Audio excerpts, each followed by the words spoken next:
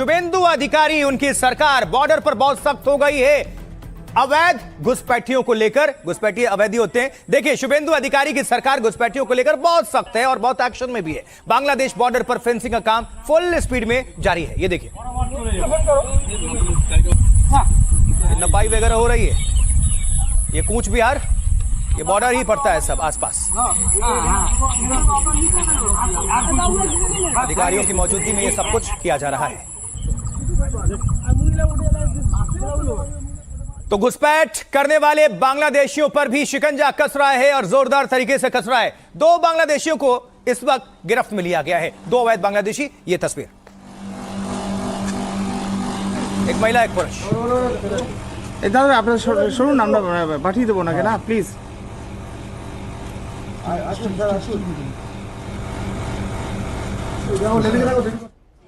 तो बांग्लादेश बॉर्डर पर इस वक्त घुसपैठियों की लंबी कतार लगी हुई है। हाकिमपुर में हजारों अवैध बांग्लादेशी जमा हो रहे हैं। उन्हें डर सता रहा है कि शुभेंदु सरकार कड़ा एक्शन ले लेगी, उससे पहले देश छोड़कर भाग जाएं जो अवैध तरीके से यहां भारत में रह रहे हैं।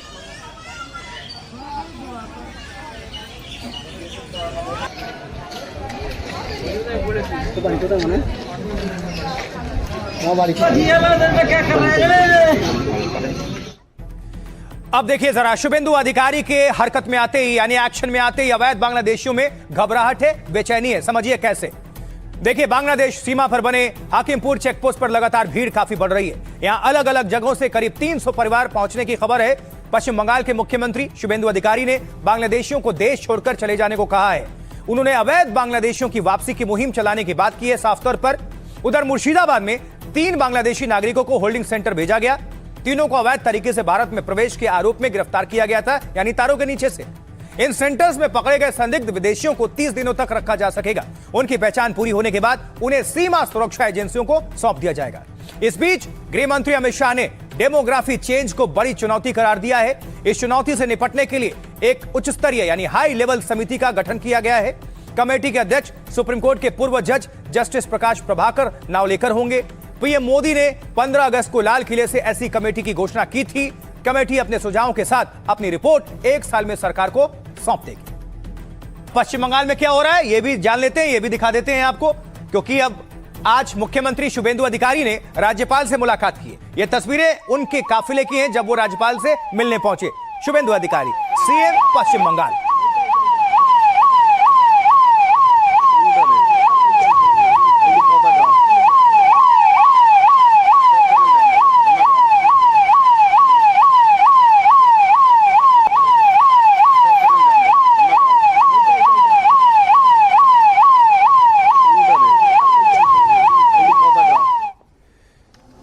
तो देखिए, मंत्रिमंडल विस्तार की अटकलों के बीच मुख्यमंत्री शुभेंदु अधिकारी ने पश्चिम बंगाल के राज्यपाल आरएन रवि से मुलाकात की है। यह तस्वीर,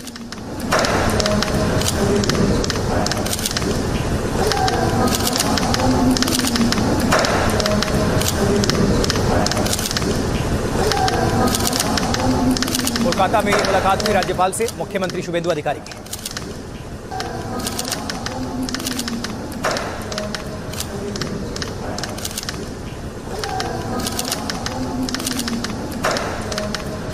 ये जो तस्वीर आपके सामने रख रहे हैं, देखिए, टीएमसी नेता को महिलाओं ने घेर लिया किस तरह से और पीट दिया। ये देखिए,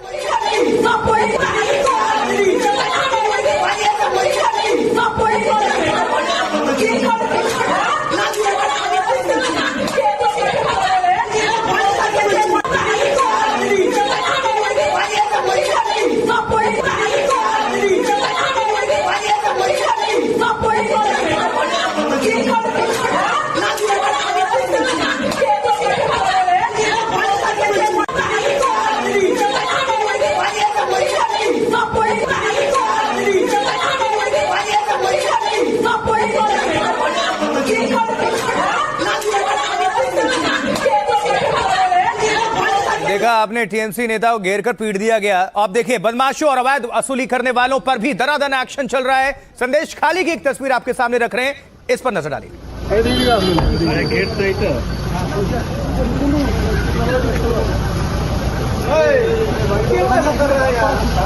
बदमाशों पर कसता हुआ शिकंजा पश्चिम बंगाल में, दनादन एक्शन। शुभेंदु सरकार इस वक्त फुल एक्शन मोड में है। কজন গেল? চার। বন্ধ বন্ধ।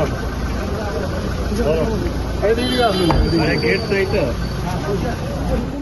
सिर्फ संदेश खाली क्यों? देखिए बशीरहाट में भी टीएमसी के एक नेता को गिरफ्तार किया गया। ये देखिए तस्वीर बशीरहाट। संगे संगे चलो।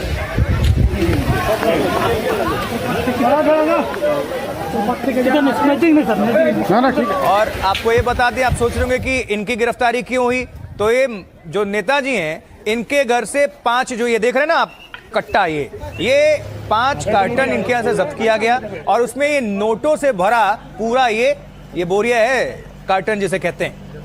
देखिए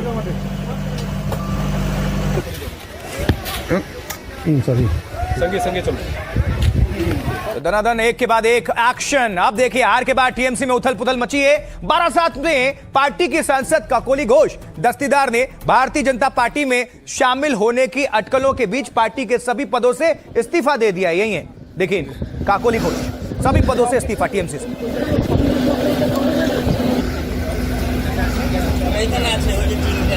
काकोली घोष का सभी पदों से इस्तीफा, टीएमसी के सांसद हैं और काकोली घोष दस्तीदार। আমি তো কিছু বলবো বলিনি, তাই না? বিরোধীদের দেখা যেত না।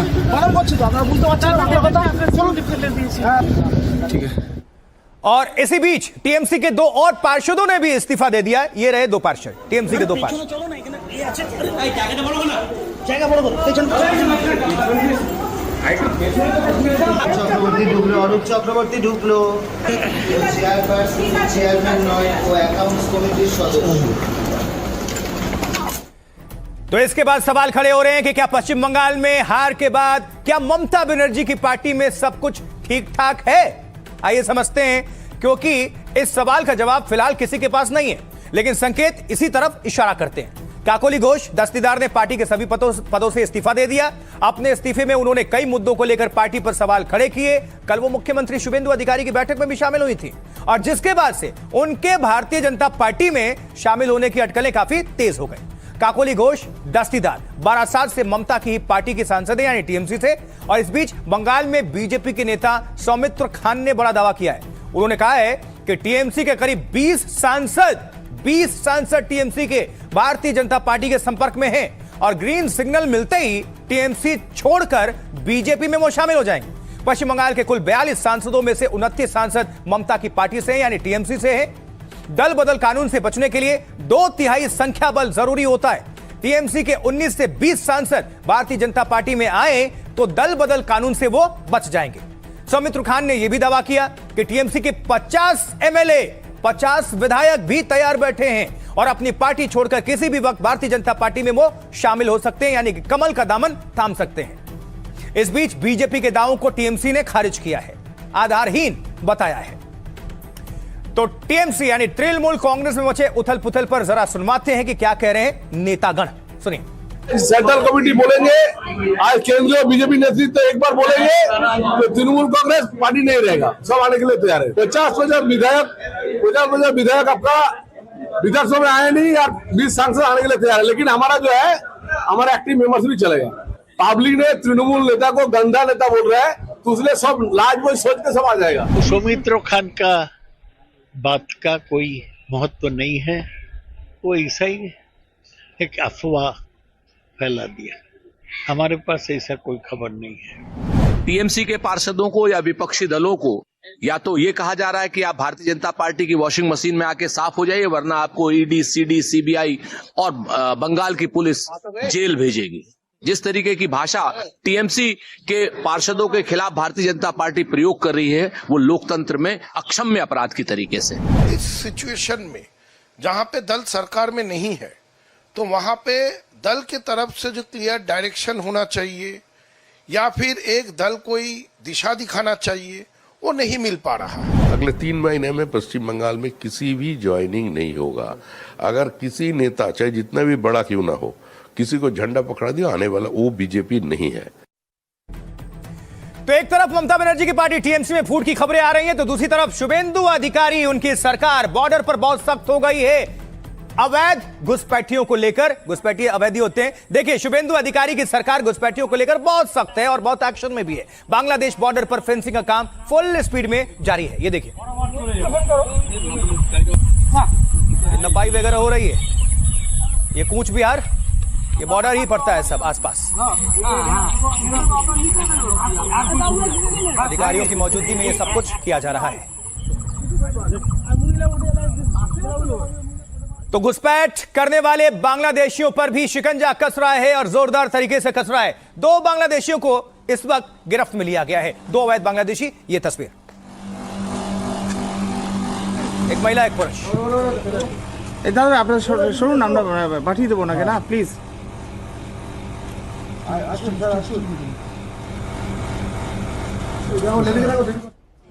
तो बांग्लादेश बॉर्डर पर इस वक्त घुसपैठियों की लंबी कतार लगी हुई है। हाकिमपुर में हजारों अवैध बांग्लादेशी जमा हो रहे हैं। उन्हें डर सता रहा है कि शुभेंदु सरकार कड़ा एक्शन ले लेगी, उससे पहले देश छोड़कर भाग जाएं, जो अवैध तरीके से यहां भारत में रह रहे हैं।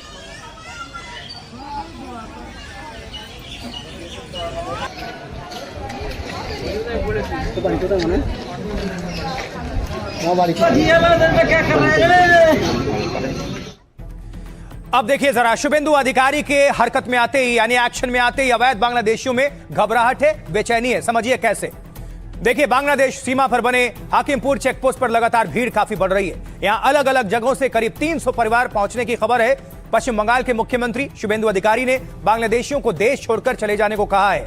उन्होंने अवैध बांग्लादेशियों की वापसी की मुहिम चलाने की बात की है साफ तौर पर। उधर मुर्शिदाबाद में 3 बांग्लादेशी नागरिकों को होल्डिंग सेंटर भेजा गया।